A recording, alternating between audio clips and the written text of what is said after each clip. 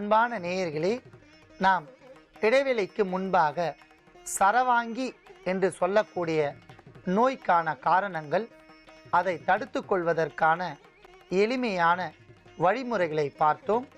அந்த நோயை முழுவதுமாக தீர்த்து கொள்வதற்கு நாம் எடுத்துக்கொண்ட மூலிகை நொச்சியை பற்றி பல்வேறு வகையான மருத்துவ பயன்களை தெரிந்து கொண்டோம். இப்பொழுது நாம் எடுத்துக்கொண்ட மூலிகையின் அளவுகளை பார்க்கலாம்.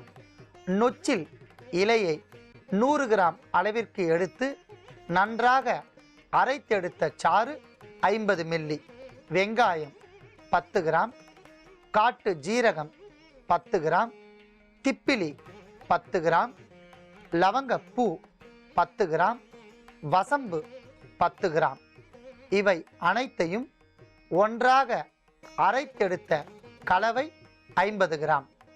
முதலில் தைலம் காய்ச்சுவதற்காக 100 மில்லி நல்லெண்ணெயை நன்றாக காய்ச்சவும். அடுத்ததாக விளக்கெண்ணெய் 100 மில்லியை சேர்க்கவும்.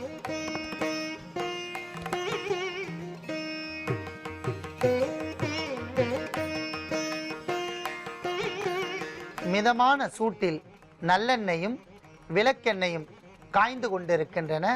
அதில் அரைத்தெடுத்த நொச்சிச்சாறை சேர்க்கவும்.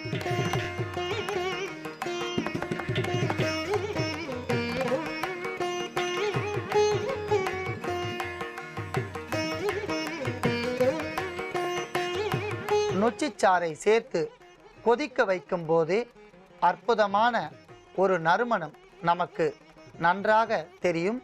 அதன் நறுமணத்தை உணர்ந்து தனியாக அரைத்து வைத்த மருந்து பொருள் ஒரு தேக்கரண்டி,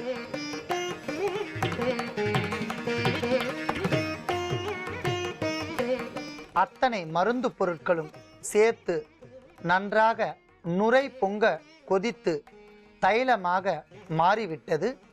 அதை நாம் வடிகட்டி எடுத்துக்கொள்ளலாம்.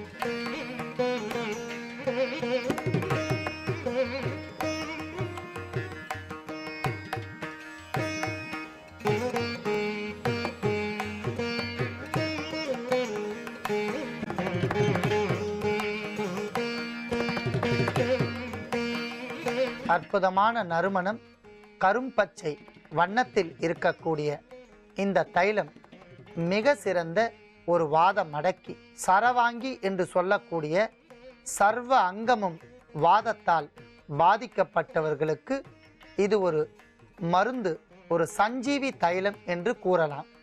இந்த தைலத்தை பாதிக்கப்பட்ட இடத்தில் அவன் அழகா தப்பிச்சு வருவான். உன் வேலை என்னவோ அத மட்டும் பாரு. புதக்குழியா இருக்கிற பாதைக்கு போக வேண்டாம்னு சொல்றேன், நீங்க கேட்க மாட்டேங்கிறீங்களே. எல்லாத்துக்கும் கடைசியா ஒரே ஒரு வார்த்தை சொல்றேன் அத்தை, தெய்வம் கொடுக்கறத யாராலையும் தடுக்க முடியாது.